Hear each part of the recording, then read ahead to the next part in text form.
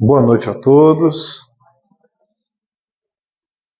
Nossas palavras iniciais são sempre a de muita alegria, muita gratidão e o nosso desejo sincero que esse esforço coletivo de nossa parte também, e da espiritualidade amiga, de tornar esse ambiente um ambiente harmonioso do ponto de vista da sintonia mais elevada dos nossos pensamentos, possa prevalecer nos nossos corações.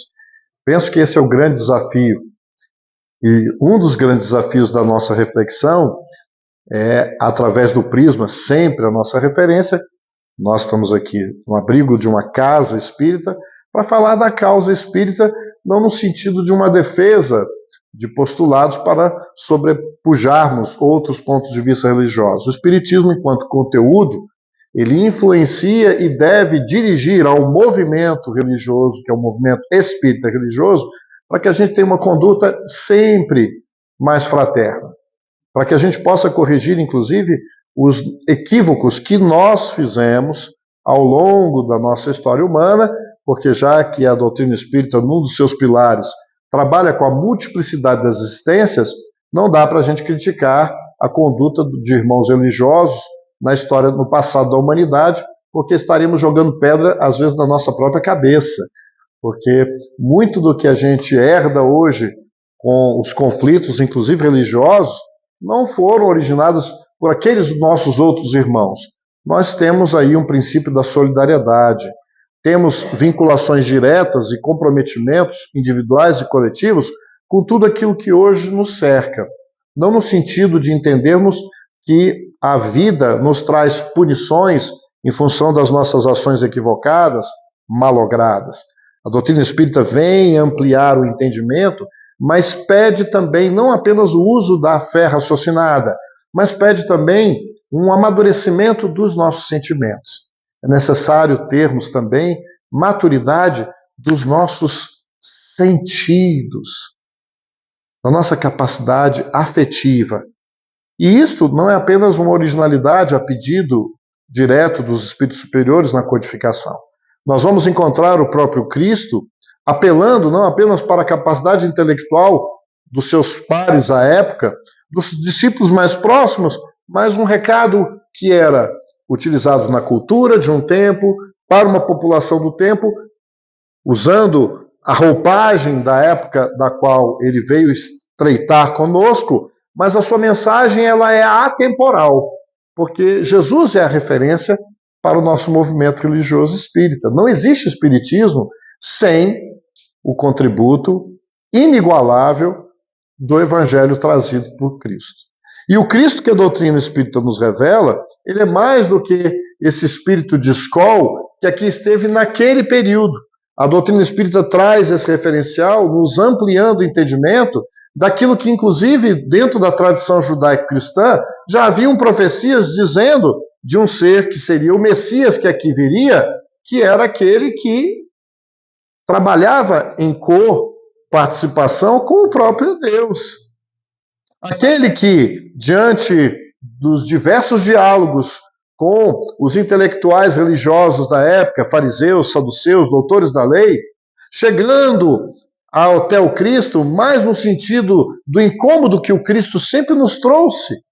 Porque toda vez que a gente se encontra diante do amor puro ou da verdade absoluta, das duas uma, ou nós nos rendemos e tiramos as nossas vaidades, os nossos orgulhos, a defesa do ego, que ainda caracteriza muito da nossa mobilização, ou a gente se rende porque é impossível ficarmos de forma indiferente à proximidade do verdadeiro sol de amor, que não só esteve presencialmente, mas que nunca se apartou da governadoria do nosso planeta, porque a doutrina espírita revela o Cristo, que já era o Cristo antes dele estar conosco na personalidade de Jesus de Nazaré.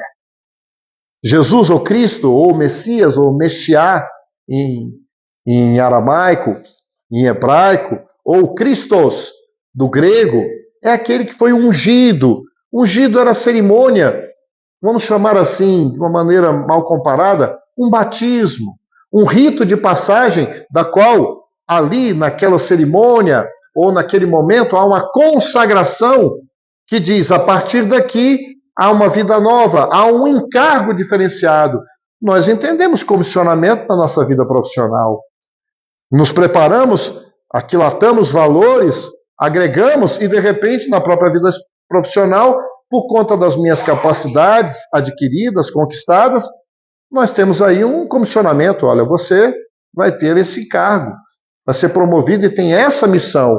E, em geral, se isso foi feito de maneira justa, racional, equilibrada, você não passa, por exemplo, para alguém que não tem nenhum rudimento na área de finanças, uma coordenação, um ministério, seja ele qual for, na área do tesouro, por exemplo. Então você vai passar isso, a princípio, quando se usa o bom senso, para aquele que já demonstra capacidades de gerenciamento, conhecimentos da área, experiência, sensibilidade. O Cristo é o comissionado por Deus, o ungido por Deus, para qual tarefa?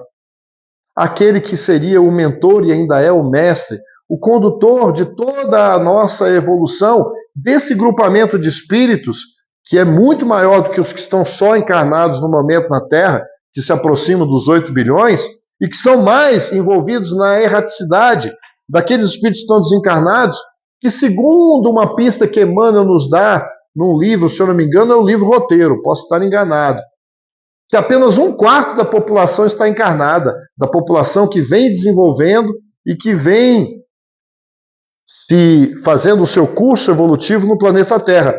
Mas então como é que a população já foi tão menor? Então os espíritos foram criados aqui? Não. Se o universo é infinito, a vida espiritual, que é a vida real, ela é muito mais ampla e existem espíritos que são criados a todo momento por Deus e sempre, porque Deus é eterno, não teve início. Então nós temos irmãos mais velhos como Cristo e outros tantos que nós nem entendemos, que estão agora, nesse momento, habitando com outras formatações e expressões de vida, muito menos, os mais adiantados, muito menos necessários à roupagem física, enquanto os orbes no universo que a nossa própria ciência já aponta, que tem mais de trilhões de galáxias. Sabe o que é isso? Dessas trilhões, a nossa Via Láctea é uma. E ela não é pequenininha, não. Ela tem mais ou menos mais de 200 milhões de estrelas. Dentre dessas mais de 200 milhões de estrelas, só na Via Láctea, a Terra é um planeta que orbita em torno de uma dessas estrelas, que é o Sol.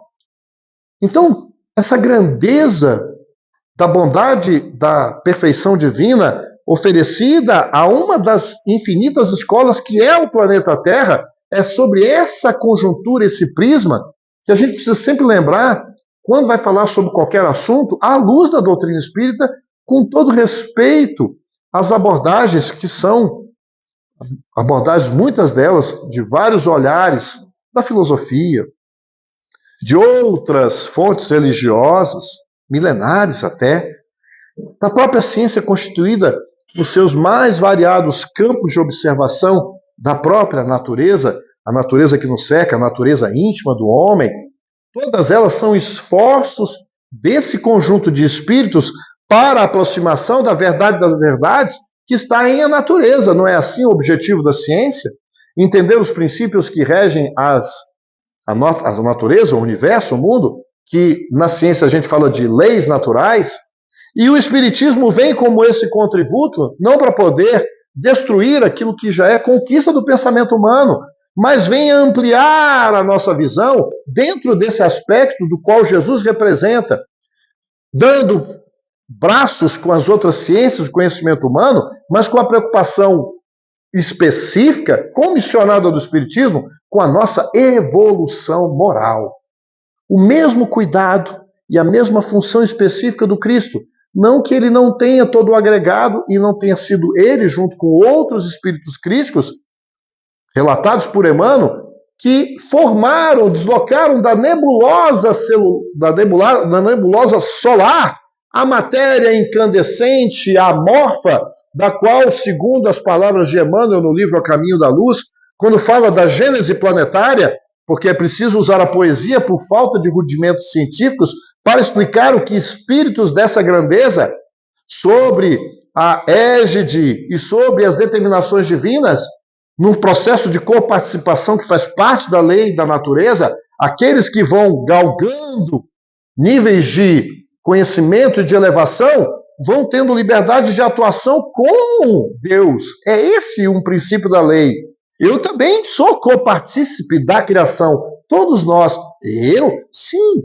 Só que nós estamos num plano menor e ninguém se sinta inferiorizado. A gente tem um infinito pela frente para poder evoluir. Somos alunos dessa escola bendita infinita. Esses princípios que nós estamos agora refletindo de forma rápida precisam, uma vez aceitos, não só pela nossa capacidade de raciocínio, mas a maturidade do nosso sentimento, entendendo que isso se coaduna com os atributos de amor supremo de Deus, precisa mudar a nossa forma como nós encaramos a vida que nós levamos hoje. Porque, Maurício, mas o assunto não era família? Não, o assunto é família. Mas sobre família a gente pode trazer excelentes pedagogos, sociólogos, antropólogos, que vão nos dar uma aula muito bacana. Vai haver controvérsias de falar sobre família, mas sobre qual referência você está se apoiando? Sem desmerecer as contribuições daqueles que enxergam o fenômeno sociológico que é o Instituto da Família Humana.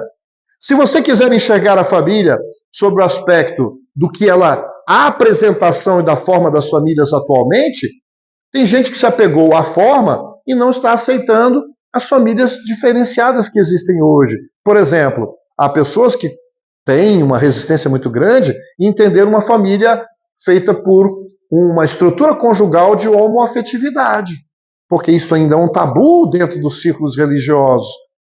Por quê? Porque nós estamos eivados por um olhar muito maculado e um preconceito não do ponto de vista moralista barato. Um preconceito é um conceito equivocado, sem bases que apontam para a inteligência e para o atributo da lei de Deus. O que é realmente sujo, pecaminoso? Nós temos hoje irmãos nossos, dentro da relação, por exemplo, homoafetiva, que levam uma vida, por exemplo, monogâmica, que não é apenas um postulado moralista ou falso moralista da doutrina espírita, não.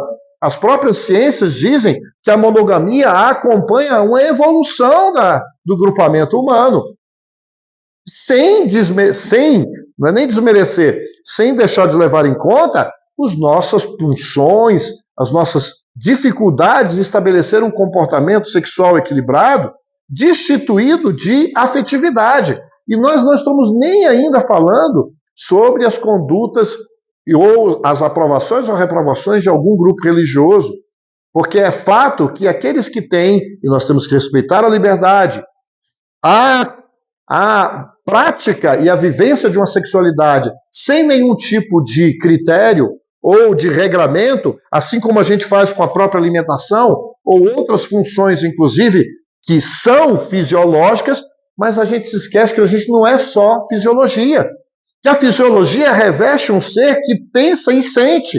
E por mais que eu determine na minha vida que eu vou ter agora uma relação, por exemplo, afetiva, amorosa com as outras pessoas, mas sem envolvimento afetivo, é quase contra a minha natureza. É possível vivenciar? Sim.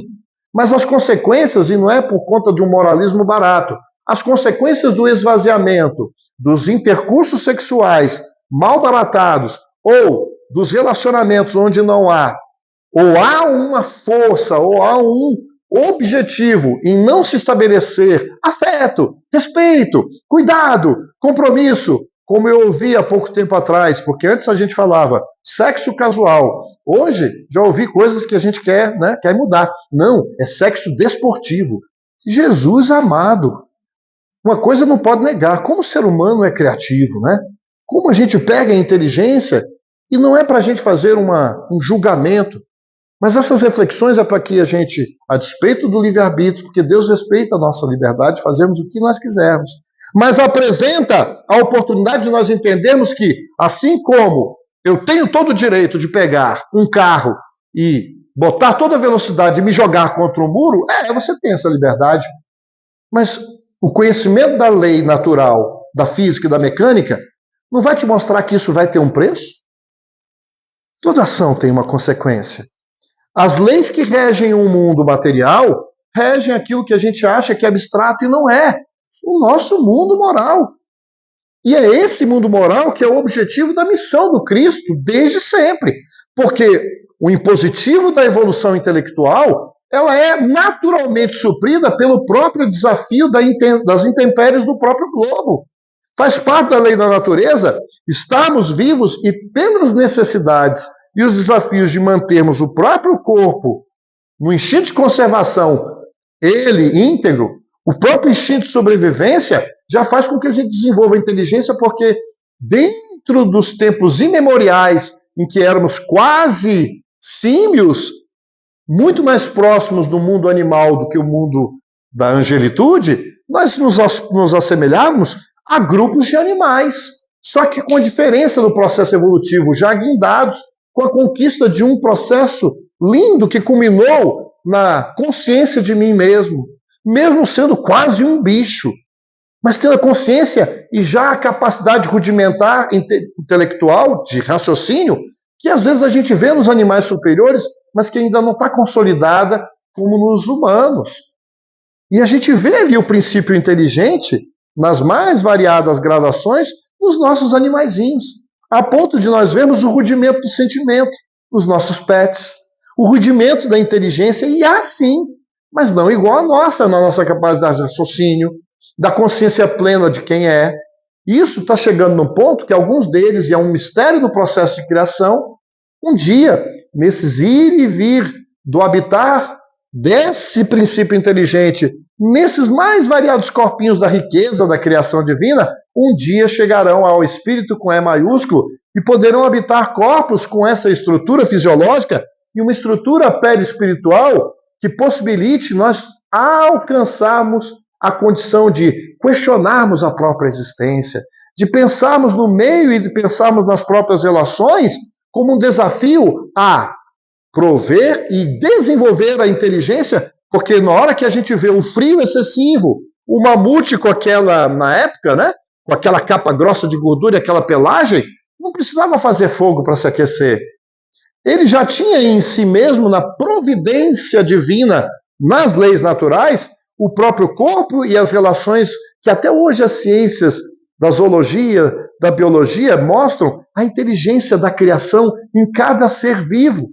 E o homem desprovido da força dos animais, das bestas mais ferozes ou de outros instrumentos, mas tinha razão. E aí, por conta disso, vai se desenvolvendo e não tem as garras do tigre, mas consegue fazer as lanças.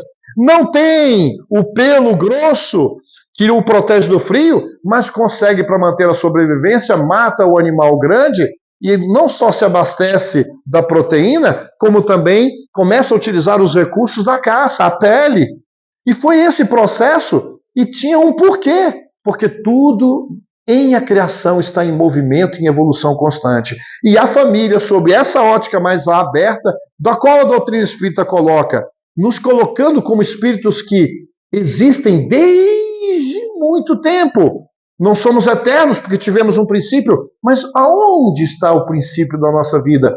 Quantas encarnações você já teve? Desde as fases mais rudimentares, que pode ter sido o nosso planeta.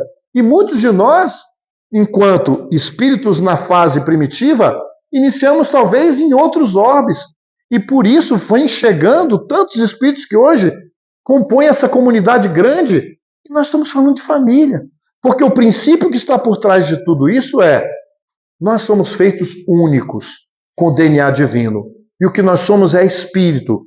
A nossa capacidade intelectual, mas a nossa capacidade de sentir e todo o leque de complexidades que compõe a estrutura que é infinita da minha psique, do espírito que sou, e que no decorrer da sua experiência vai agregando pelas vidas, pelas oportunidades das migrações no corpo mais pesado, em épocas mais complicadas, mas adquirindo através das experiências desafiadoras o desenvolvimento intelectual, porque precisa vencer as intempéries.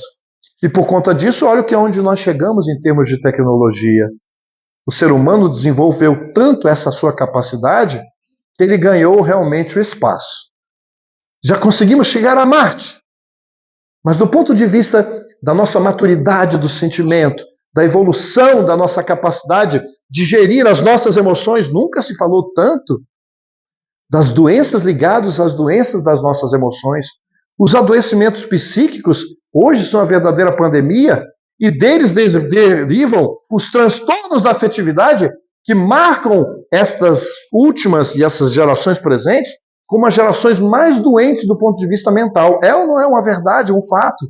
Por quê? Porque nós espíritos, na sua grande maioria no périplo evolutivo na Terra, enquanto grande família humana, através de todos esses processos que nós estamos vendo acontecer, adquirimos muito dessa carga de instrução, de entendimento das relações com a matéria.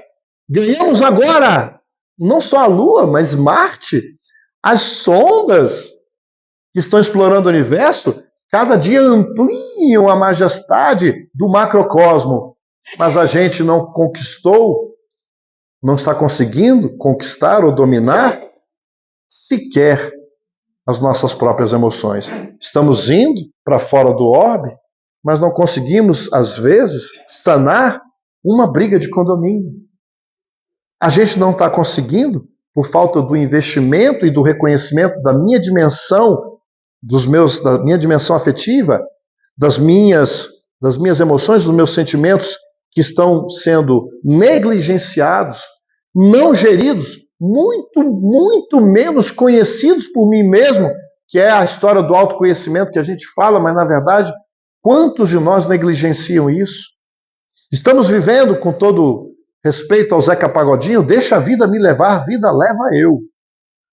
E aos troncos e barrancos, de repente, nas trombadas a gente vai improvisando, sem buscar através não apenas da ciência, mas através não só das religiões, mas daquilo que está dentro de cada ser, independente da sua vinculação, próxima ou não, estreita, com algum grupamento religioso, porque as leis divinas estão dentro de cada ser criado por Deus. Kardec faz essa pergunta: onde é que está? Onde é que está escrita a lei de Deus? Porque uma vez que a gente tenha o acesso a como funciona não só as relações da matéria, as relações físicas, por aqui, para eu entender a mecânica, para evitar uma trombada, porque eu sei as consequências, eu consigo fazer o cálculo de um objeto que vai cair, e tantas outras questões na biologia, na química, como é que determinadas substâncias elas se comportam, porque determinadas uniões não são interessantes, porque elas trazem consequências negativas. Só que a gente esqueceu de perguntar como é que eu faço a associação, o gerenciamento das emoções que existem, mesmo que você queira negar, dos sentimentos que você cultua ou que você está sequestrado, porque não gerencia eu sou assim mesmo. E esse é o grave problema do que nós chamamos de mundo ético, mas não o mundo ético de um determinado tempo, uma determinada tradição cultural. Nós estamos falando desses valores universais que estão na lei natural. E o Espiritismo traz esse olhar de a referência principal é Deus e os seus atributos de supremacia na justiça, na bondade, na misericórdia. Toda vez que a gente achar que a vida está esquisita, gente, tudo bem, pode pensar, mas eu vou dar uma pista. O problema não é de Deus. Às vezes, quando eu estou muito revoltado, eu faço aquelas preces que não aconselho a ninguém. Ah, o senhor está de brincadeira.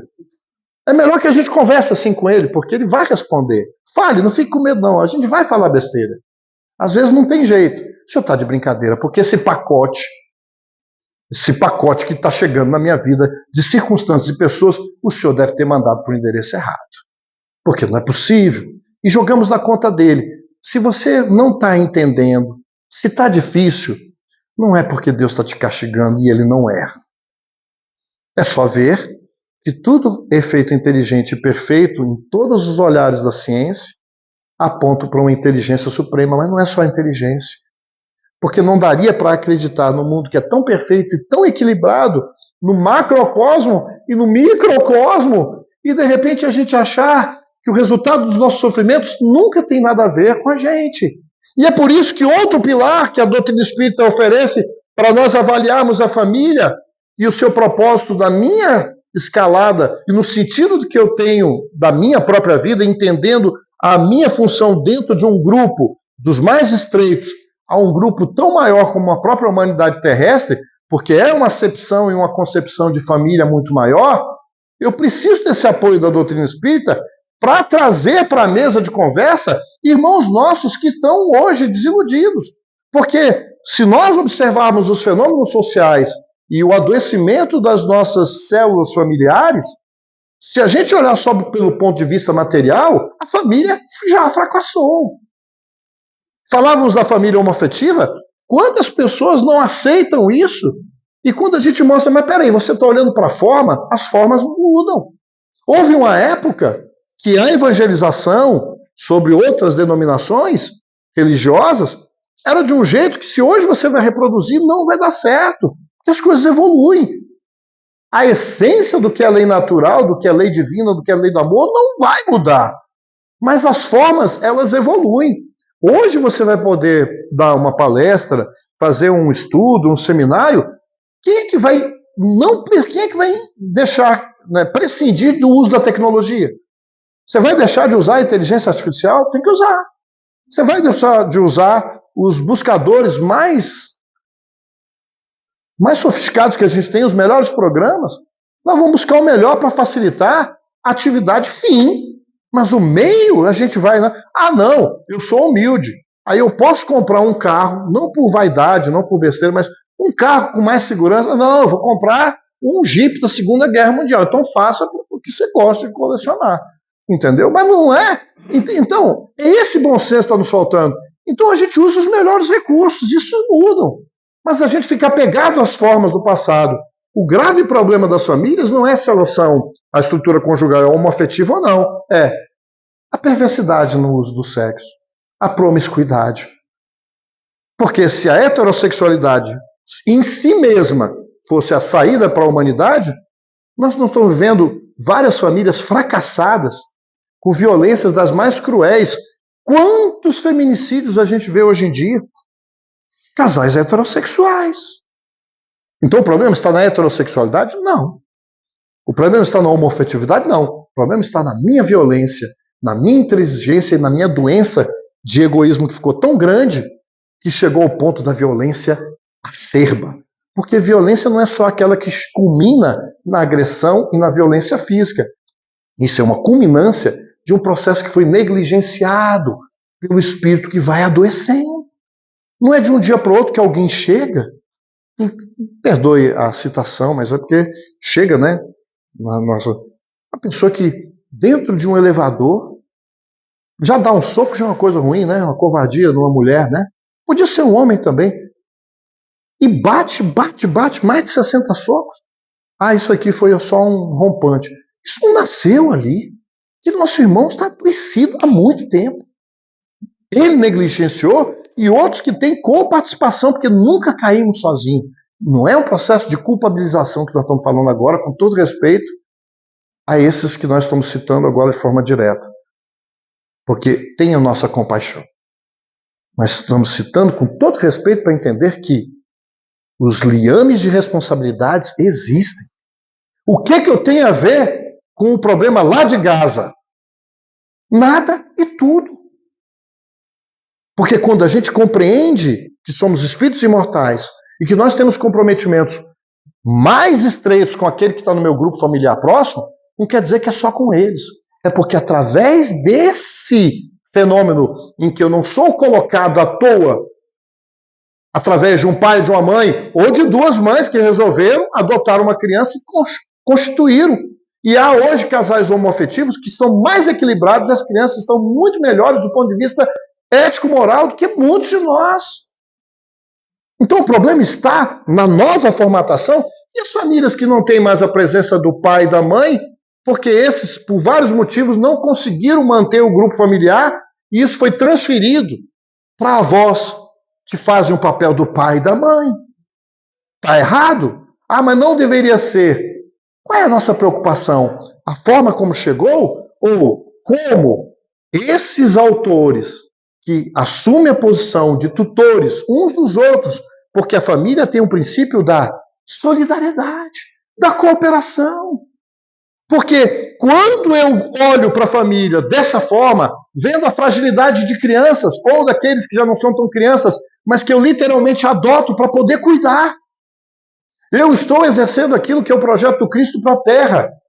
para sanar as nossas mazelas individuais e coletivas, não tem como se a gente não experienciar o amor. E o amor dá trabalho, porque ele vai lidar com seres que estão em processo, que têm riquezas, mas que têm também a sua carga negativa, porque a criancinha que nos chega, ou através da barriga da mãe, ou de um processo adotivo, ou porque de repente eu era o irmão mais velho, desencarna um pai e mãe, de repente o filho mais velho assume a posição de tomar conta de família. Quantas histórias, quantas estruturas e apresentações de famílias diversas. Qual é a preocupação do Cristo diante disso? Julgar a forma? Como nós fazemos de forma preconceituosa? Ou dizer, seja ético. E seja ético, em outras palavras, é ame. Olhe para o outro sem você se relacionar só com ele pelo interesse da utilidade que ele pode lhe ter. Ame-o porque você tem dentro de si o DNA divino que de tanto você exercer, você vai chegar num dia em que essa pessoa não vai lhe dar nada. E ela pode até ser ingrata com você e você é incapaz de deixar de amar. Mas isso já não existe. Nós não temos dentro da família exemplos de pais e mães que não são perfeitos, mas são perfeitos para você. Porque esse círculo não é montado por leis aleatórias. Nós atraímos para nós pessoas e circunstâncias que têm a ver com a minha necessidade de aprimoramento espiritual. Desse tipo de ótica, a gente vai entender que não há injustiças e que esse que eu me apaixonei perdidamente, que a paixão é um componente importante, porque se não tivesse paixão, a gente não se relacionava mesmo. Porque na hora que a gente aguçasse a personalidade, e a gente precisa conhecer as pessoas, na hora que a gente chegasse mais perto, e a gente vê as encrencas, porque todo mundo tem o seu lado positivo, mas a gente não sabe por que desses vínculos tão fortes, e aí a gente, nesse enamoramento, que é um suave encantamento, como diz Emmanuel no livro Vida e Sexo, Sexo e Vida, é isso mesmo? Não, Sexo e Destino é outro, é do André Luiz. Mas acho que é Sexo e Vida, se eu não errei o título. Mas ele fala desse suave encantamento que, de repente, entre aspas, nos deixa um cego. Mas não deixa cego totalmente, não. É porque a gente acha tão gostoso que fala assim, eu não quero nem ver o que tem de ruim nesse pacote que eu estou comprando. Às vezes é bom não descobrir tudo de uma vez, não, porque senão perde a graça. Mas uma coisa já é certa. Ninguém busque relacionamento, seja ele amoroso, estreito, na estrutura da conjugalidade, para ser feliz. Eu gosto muito de um pastor que fala assim, não case para ser feliz. Se não me engano, acho que é o Cláudio Duarte. Uma peça rara, um grande irmão. E ele fala, não case para ser feliz. Seja bastante feliz, porque quando você for casar, você vai perder um pouquinho, irmão. Entendeu? Nós deveríamos procurar, nos nossos acasalamentos, não só o casalamento da conjugalidade, mas as relações como um todo, como desafios ao meu crescimento e ao meu amadurecimento, porque não tem desafio no outro que só vai dizer sim para mim. Imagina eu encontrar um bando de caras iguais a mim, um tédio, dá vontade de falar, me tira daqui, que a vida é um absurdo. E são ideais absolutamente frágeis, não batem com a beleza dos atributos divinos. Quando a gente tiver dúvida sobre alguma teoria, lembre-se da pergunta número 3 do Livro dos Espíritos, que vai falar daqueles atributos que a gente já pode conceber daquilo que Deus não pode deixar de ser. Porque se ele não for supremamente justo, não faz sentido a vida. Se essa teoria não cair com o amor supremo dele, não faz sentido essa teoria. Vocês querem ver? Nós já chegamos a acreditar, e eu falo nós, para não atingir e não criticar a Igreja Católica. A Igreja Católica é respeitabilíssima. Nós construímos elas no passado. O Cristo nunca foi contra o catolicismo. Aliás, o Cristo sempre foi contra a maldade, e não dos agentes da maldade que somos nós.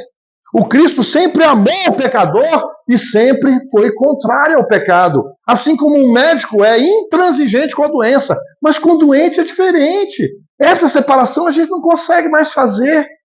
Porque a título de nós combatermos o mal, a gente quer acabar com aquele que hoje é um desafio na minha convivência. Seja ele uma dificuldade tão grande que oferece um risco à segurança de uma sociedade, é por isso que nós temos mecanismos corretivos que às vezes necessitam de prisão, de força coercitiva, como as nossas forças armadas, as forças de segurança. Não sejamos hipócritas. A lei de amor é o nosso ideal e o nosso objetivo. Enquanto não chegamos lá, é como num processo de adoecimento. Enquanto a gente faz a medicina preventiva, a mudança dos hábitos, esse é o melhor, que é um processo de reeducação. Também é assim em relação aos nossos sentimentos. Eis o paradigma do Cristo para o ser humano que não se desenvolve sozinho. Então, há um princípio em a natureza. Por mais que você goste de ficar sozinho, por mais que em algumas vezes seja muito melhor, porque se eu aqui não estou com Raquel, tem uma vantagem. Não vai ter problema, porque ela fica sempre longe de mim e eu fico lá. Não tem discussão, não tem conflito. E não tem ganho, não tem aprendizado, não tem crescimento. Ah, não quer ter problemas no casamento? Não case. Não quer ter problemas com a família? Se isole. A solução resolve até um certo ponto. Quantas pessoas que deliberadamente fazem todo o possível por conta de amarguras, decepções das quais não conseguiu digerir, e nós respeitamos essas dores. Mas ao invés de sofrerem, porque todos nós sofremos, e entender que esse sofrimento que mexe com a gente tem que tomar uma solução. E eles não acontecem para te botar para baixo ou arrasar com a sua vida.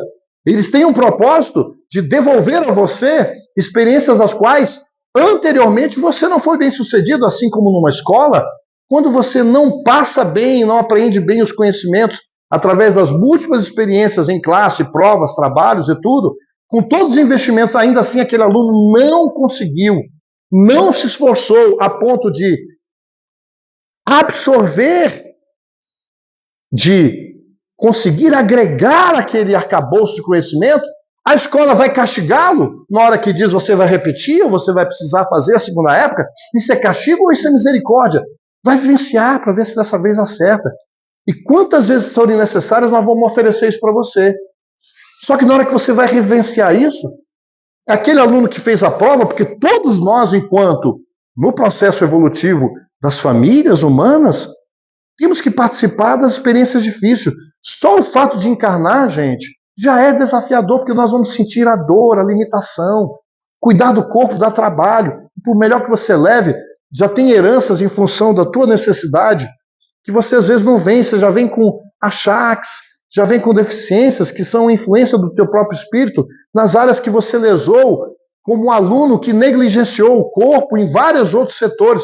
E é por isso que um tem mais fragilidade em uma certa área do corpo, o outro tem muito mais dificuldade em determinadas áreas da saúde, o outro, de repente, não tem tanta dificuldade, parece aquela saúde de ferro, mas tem um processo de adoecimento mental muito mais tipificado, como a gente diz, né? Não atípico, né? Do atípico, como se fala, mostrando aquilo que floresce e aparece no meu corpo, mas no corpo familiar, como consequências não de castigo, mas daquilo que a vida no princípio de justiça divina traz de volta aos nossos cenários, como oportunidade da gente reencontrar com esses mesmos desafios, não para dar errado, mas para dizer o que eu faço com essa doença, o que eu faço com essa limitação, o que eu faço com esse circuito que não chegou gratuito, eu apenas me livro dele. Ora, se de repente eu estou num meio que é hostil, como é que eu faço? Liquido todo mundo? A solução fácil? Essa não tem sido a solução fácil. Para exigir a sabedoria e o uso da inteligência que sempre nos facultou a condição de chegarmos a uma vida material confortável, mas sem o amadurecimento dos princípios éticos que diz, essa não é a solução fácil. Porque hoje eu extermino o meu adversário como nós fizemos de forma típica mesmo, de forma direta, como tirar a vida em quantas outras encarnações. E sabe o que aconteceu? Eu só alimentei um vínculo de ódio entre eu e ele. E a misericórdia divina fala, esses dois estão brigando há séculos, vai amortecendo, numa encarnação se mataram 3, 4 seguidas, aí de repente numa encarnação não se mataram, oh meu Deus, já foi um avanço, porque sob o olhar da imortalidade, determinadas tragédias a gente fala, mas podia ter sido pior, você não sabe, a encrenca que está nesses dois. Hoje às vezes eu tenho familiar que eu tenho vontade de fraternalmente jogar pela janela, mas já não jogo, olha que maravilha. Significa que eu vou reeducando essas minhas Essas minhas tendências, das quais eu preciso começar a ser não apenas um observador passivo. Nós somos muito ativos em relação aos outros, mas em relação a nós, a gente não exerce mais gerenciamento ou observação. Se eu observo em mim e eu não consigo explicar, às vezes determinadas coisas parecem ser gratuitas, a doutrina espírita e os princípios que nos mostram a anterioridade das nossas relações apontam: vocês têm muita coisa em comum. E o que fazer diante disso? E é por isso que muitas vezes no seio familiar eu reencarno sendo pai de um menino, de uma menina, e dentro da estrutura familiar que nós herdamos, tem ex-pai. Eu chego num conflito tão grande com meu filho, não, agora a gente se separa. E de repente, muitas vezes, aqueles dois espíritos foram cônjuges durante vários tempos. Vamos tentar uma relação diferente para ver se pelo menos um não larga o outro nessa. Não vai ser menos desafiador, só que pelo instinto da paternidade, da maternidade, você fala: minha nossa, de onde vem? Porque... E você sabe porque você sente um sentimento forte por ele, mas sente que aquele filho, aquela filha, tem um desafio ali. E aí você pensa: eu preciso botar para jogo a minha capacidade de amar, porque como tudo na vida, se eu não exercito a musculatura do meu amor, porque como é que eu ganho músculos no corpo físico? Tem gente que quer fazer atalho, fica doente, usa anabolizante, não sei o que, parará, tudo artificial. O que vai gerar em uma hora ou outra? A conta de burlar a lei da natureza cobra o preço de um adoecimento sério. Então, qual é o jeito mais saudável de ter um corpo escultural? Disciplina na alimentação. Disciplina é dizer não. Disciplina é dizer, às vezes, não para aquilo que é agradável. Agradável, gente, é comer pão o tempo inteiro, vocês não acham? Não. Como é que pode pão engordar? Eu já reclamei isso para Deus, mas ele não está errado, então o problema é meu. É isso, a gente está brincando, mas é esse o entendimento que a doutrina espírita quer dilatar, sem jogar fora a ciência.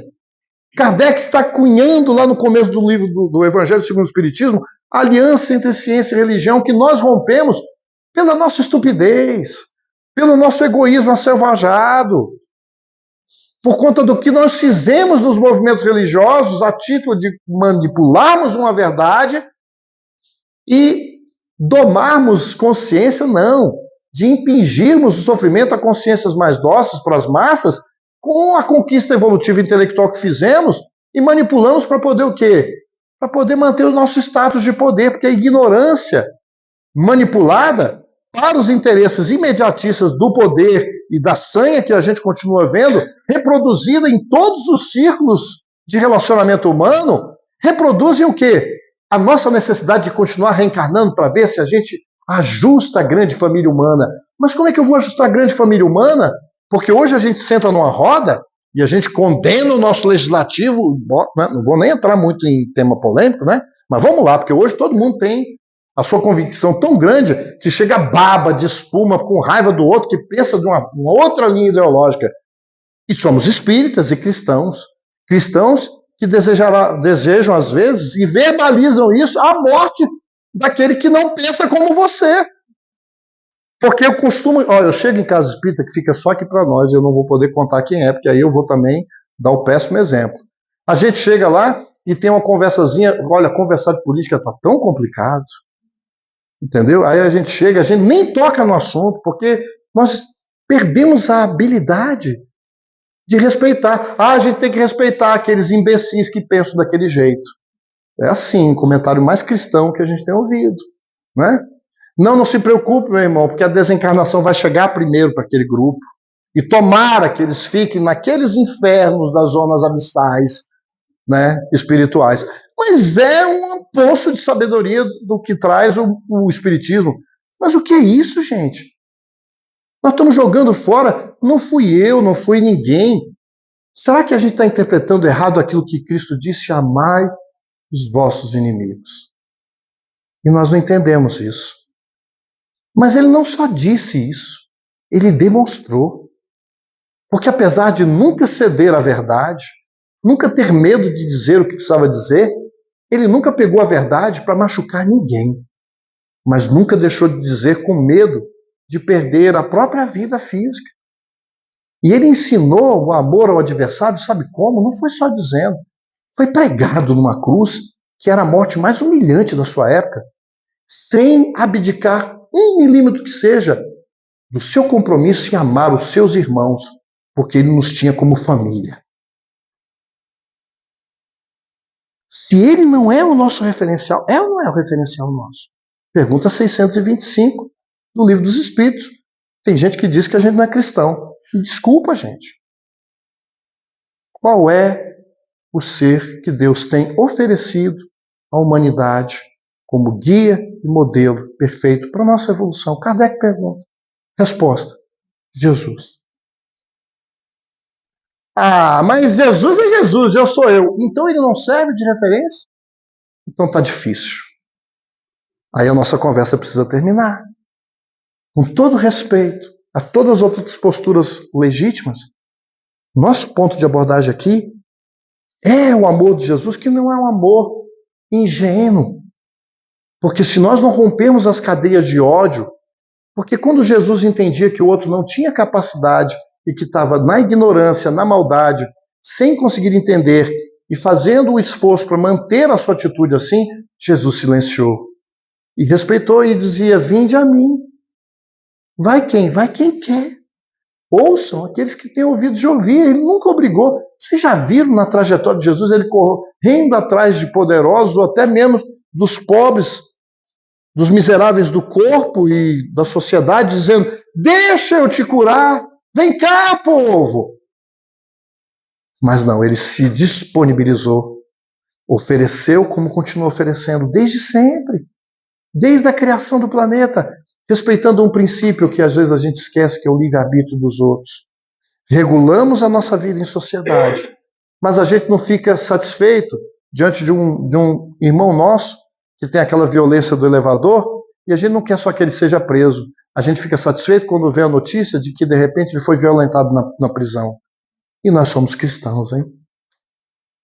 É isso? Nosso senso de justiça? A gente tem que lamentar.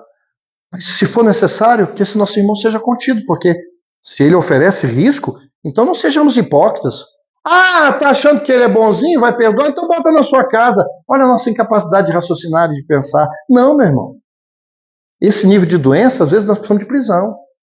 E se ele tivesse uma arma na mão e estivesse atirando em quem tivesse preso, né, tivesse ali, infelizmente, às vezes as forças de segurança precisariam atirar e ele poderia desencarnar. Mas há uma grande diferença entre ter que fazer isso e a vontade e o prazer em ferir. Quando um soldado, quando alguém que faz parte de uma força de segurança, que faz essa busca, a última coisa que ele quer é acionar um gatilho. Mas às vezes ele precisa fazer. A última coisa que quer um médico é amputar um membro. A última coisa que quer um médico é colocar uma sonda, porque o teu organismo já não vai. Mas às vezes ele, junto com a família que está em prantos, diz: mas faça, doutor, porque é isso que tem que ser feito. A última coisa que quer alguém que quer tratar a gente é ter que de repente nos colocar numa cadeira de rodas. Mas às vezes recursos extremos são necessários.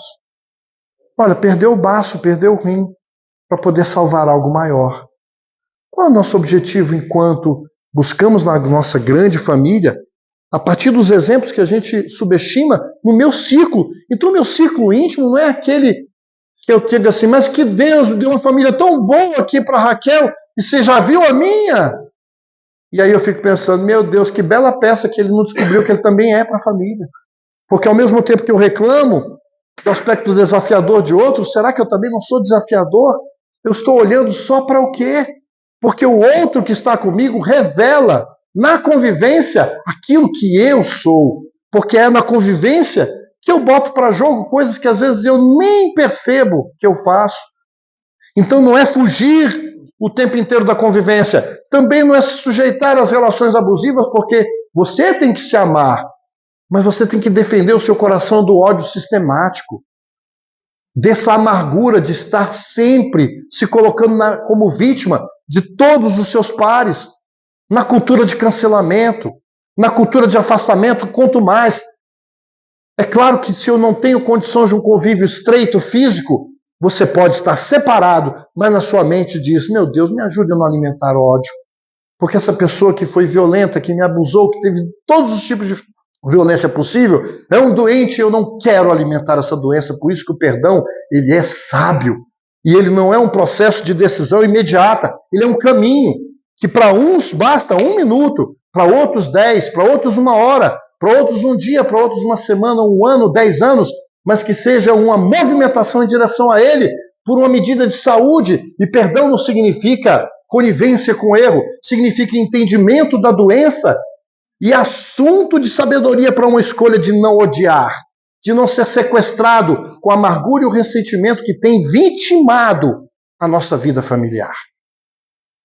Eu não tenho domínio sobre a atitude e o que vem de fora, mas eu tenho e estou abdicando de exercer a soberania sobre as minhas vontades, das quais às vezes eu reconheço que a minha razão diz, não faz isso, mas o coração está pegando fogo. E é hora de acalmar essa multidão que Jesus simbolizava como dando aquilo que a multidão precisava. Que multidão? Não há uma multidão de experiências solidárias em mim? Quantos guerreiros nós já passamos, está aqui em nós. E o que eu faço com o guerreiro? Aproveita essa energia e fala assim, agora não precisa mais de espada, cara. Agora não é para resolver mais no murro. Agora não é para resolver mais na força da violência. Segura, doma essa besta, porque esta briga do homem novo, que já conhece o caminho dos postulados de reeducação dos sentimentos no padrão do Cristo, e aquela agregado que é forte, firme, milenar em mim, quem vence essa briga? Aquele que eu mais alimento. Como diz uma grande lenda de um grande chefe indígena americano que foi perguntado a ele por que o ser humano, às vezes, nele mesmo, mostrava um lado quase divino e um outro lado bestial, animal, feroz. Como é que se resolvia isso? Ou seja, a história do demônio e do anjo. E ele falava, realmente, eu tenho essa luta em mim. E o discípulo disse, quem ganha? Aquele que eu alimento. O Espiritismo não é essa doutrina, o cristianismo, enquanto, não movimento religioso com todo respeito, enquanto conteúdo, que é lei divina, serve para que eu possa adotá-lo, para fazer o que? Esse enfrentamento, diante do absurdo que você viveu hoje, às vezes com alguém que você mais ama, porque são essas as dores mais acerbas, que tem dia que dói tanto, porque querendo ou não, a gente cria expectativa, porque às vezes a gente passa anos e anos oferecendo aquilo que a gente tem de melhor. E de repente as pessoas vão num crescente, não conseguem, e por conta de não conseguirem lidar com as próprias encrencas, dores, elas usam a violência como uma forma atrapalhada, porque todo violento, na prática, ele é um perdido, ele é um adoecido, porque ele não consegue lidar com a própria tragédia íntima. A psicologia já está chegando a essa conclusão. Quando eu entendo isso, não quer dizer que não vai doer ingratidões, violências. Mas às vezes, diante de tudo isso, eu vou me permitir não só sentir naquela vez, mas ficar ressentindo. Então eu falo, chega. Se não é mais possível convivência estreita, porque eu também preciso me preservar, eu de longe vou dizer, assim que for possível nessa vida ou na outra, eu quero deixar meu coração em paz. Para que no dia que esse outro esteja menos doente, eu possa ter o espaço de reconciliação.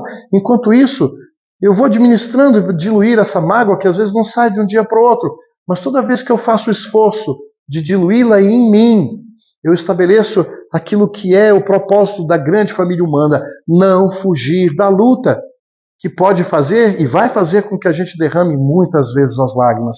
Mas é melhor a gente sair vitorioso no campo de batalha do que ao término da nossa jornada, a gente chegar ao plano espiritual omissos, porque para não ter problema, a gente enterrou o talento, enterrou a possibilidade de crescimento, se isolou o máximo que pôde. E todas as vezes que o problema apertou, essa pessoa fugiu de N formas, para as viciações, para as drogas, ou para o isolamento contumaz, do qual isso foi deformando e trazendo tanta amargura, do qual nós vamos adoecendo. A grande boa notícia, para a gente encerrar nossa reflexão, desculpa, já estou com o tempo estourado, gente. A boa notícia, gente, é que nós somos capazes, uma vez que a gente vai buscando estudar, porque por que a gente tem que estudar sempre? A gente tem que ler sempre. Porque de tanto você malhar, lembra da malhação? Você vai criando essa musculatura íntima, que no começo você grita, você esbraveja, na outra você já segura. Vai chegar um tempo que você, quando a pessoa age, você silencia, se afasta, sente um pouco, mas pensa, Senhor, perdoa, não sabe o que faz. E eu nem vou falar nada porque eu não tenho capacidade. Como é que você conversa com alguém que está incapaz de desenvolver linha de raciocínio? Às vezes o silêncio, às vezes outras posturas mais discretas são vistas como covardia e elas demandam da gente muita coragem, muito esforço. Mas se a gente se colocar todos os dias, como disse Kardec, com os espíritos, dizendo que o verdadeiro espírita, o verdadeiro homem de bem, não é o que se faz santo. Essa hipocrisia a gente não aguenta mais, do falso religioso, do falso bonzinho. Assuma e reconheça as imperfeições que você tem, mas olhe também para as suas aquisições para você poder botá-las para jogo. Porque se você não reconhece os talentos que você já tem, como é que eu os utilizo para o fortalecimento e pela busca da minha saúde afetiva, minha saúde mental? Então eu preciso conhecer, me observando e tentando ajustar. Hoje eu errei, amanhã eu me calo, amanhã eu ajusto, amanhã eu me afasto, amanhã eu espero com sabedoria e vou criando as pontes que nós precisamos estabelecer, porque hoje nós estamos reproduzindo um conceito que não tem dado certo. Na hora que a gente tem uma divergência, a gente cria trincheira e vai para a luta acerba. Sendo que o esforço é de nós contornarmos isso, não desprezando as nossas defesas, mas estabelecendo com sabedoria e amorosidade a defesa da nossa intimidade, não aceitando o ódio, não aceitando as revoltas, nos calando diante desses absurdos, não nos omitindo, mas diante da incapacidade de conversar, a gente não conversa. E espera, e vibra, e ora, e age no bem. Aquilo que você quer para o mundo, viva em você de forma positiva. Vamos acreditar nisso. Que Jesus nos abençoe e continue sendo não só aquele que a gente reverencia, admira, mas que a gente coloca ele não apenas pregado numa cruz ou apenas isolado nos templos religiosos, mas ao rompermos o portão, ele sai das nossas considerações e dos nossos ajuizamentos, porque o Cristo nunca fez tanta falta nos nossos lares, nunca fez tanta falta na sociedade, nos nossos grupos de trabalho, na internet, nas redes sociais, mas não com mensagem bonita, só com os louvores são bons, mas que às vezes com o nosso silêncio diante do espalhamento de algo terrível. Conta com o nosso silêncio ou com uma postura mais positiva e esperançosa diante de uma propagação de ódios, de conflitos, de falta de respeito às personalidades, mesmo as mais criminosas. Que Jesus nos abençoe e que possa, com nossa permissão, florescer também, não apenas nas nossas mentes, mas em nossos corações. Que Deus nos abençoe.